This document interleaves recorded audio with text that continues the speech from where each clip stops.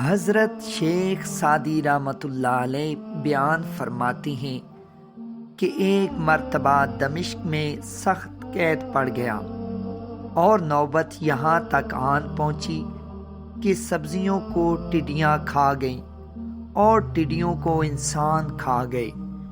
بھوک کی وجہ سے مخلوق خدا ہلاک ہو گئی۔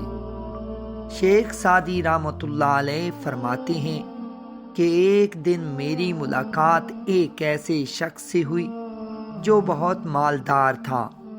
میں نے اس شخص کو نہایت پریشانی کے عالم میں دیکھا، جیسا کہ شہر کے مساکین کی حالت ہوتی ہے۔ میں نے اس سے دریافت کیا کہ کیا بھائی میں تمہیں اس حالت میں دیکھ رہا ہوں، پریشانی کیسی ہے؟ وہ کہنے لگا، اے سعدی، کیا تم جانتے نہیں کہ اس وقت قحط کی صورتحال ہے اور تمام مخلوق خدا برباد ہو گئی ہے؟ میں نے کہا کہ مجھے اس کا علم ہے، لیکن قحط کا تم پر کیا اثر ہو سکتا ہے؟ تم اللہ کے فضل سے مالدار ہو اور کسی بھی شے کا حصول تمہارے لیے ناممکن نہیں۔ میری بات سن کر اس شخص نے آ بھری اور کہنے لگا، سعدی، ایک ایسے شخص کے لیے جو حساس ہو کیسے ممکن ہے کہ وہ اپنے ارد گرد سے بے خبر ہو جائے اور اپنے ارد گرد موجود لوگوں کو بھول کر صرف اپنی ذات کی فکر کرے؟ کوئی شریف النفس شخص کسی شخص کو دریا میں ڈوبتا ہوا دیکھ کر ساحل پر مطمئن کھڑا کیسے رہ سکتا ہے؟ بے شک مجھے بھوک اور پیاس کی تنگی محسوس نہیں ہو رہی، لیکن مجھے اپنے ارد گرد موجود لوگوں کے غم نے ہلاک کر دیا ہے۔ اگر کسی کا کوئی عزیز قید کر دیا جائے تو کیا وہ آرام و سکون سے رہ سکتا ہے؟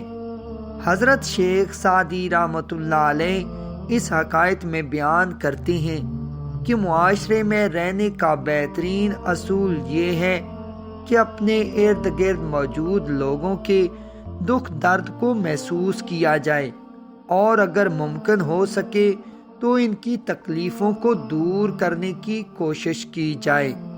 روئے زمین کا سب سے بڑا فساد خود غرضی اور نفس پرستی ہے۔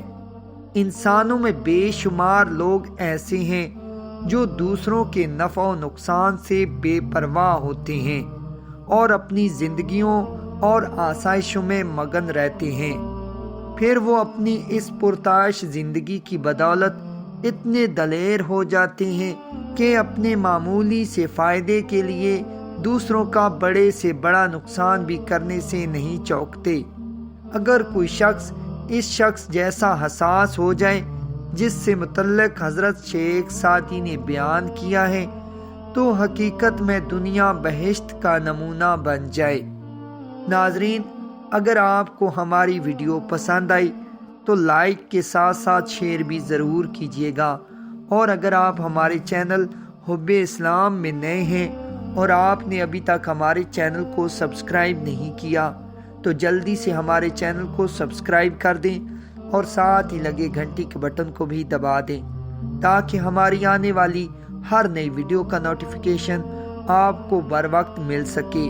جزاک اللہ خیرہ۔